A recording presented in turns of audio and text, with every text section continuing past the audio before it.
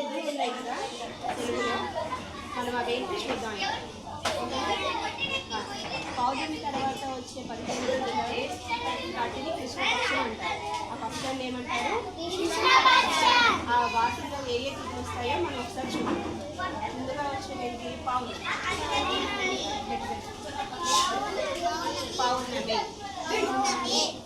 పాడ్యమి, విదియ, తదియ, చతుర్థి, పంచమి, షష్ఠి, సప్తమి, అష్టమి, నవమి,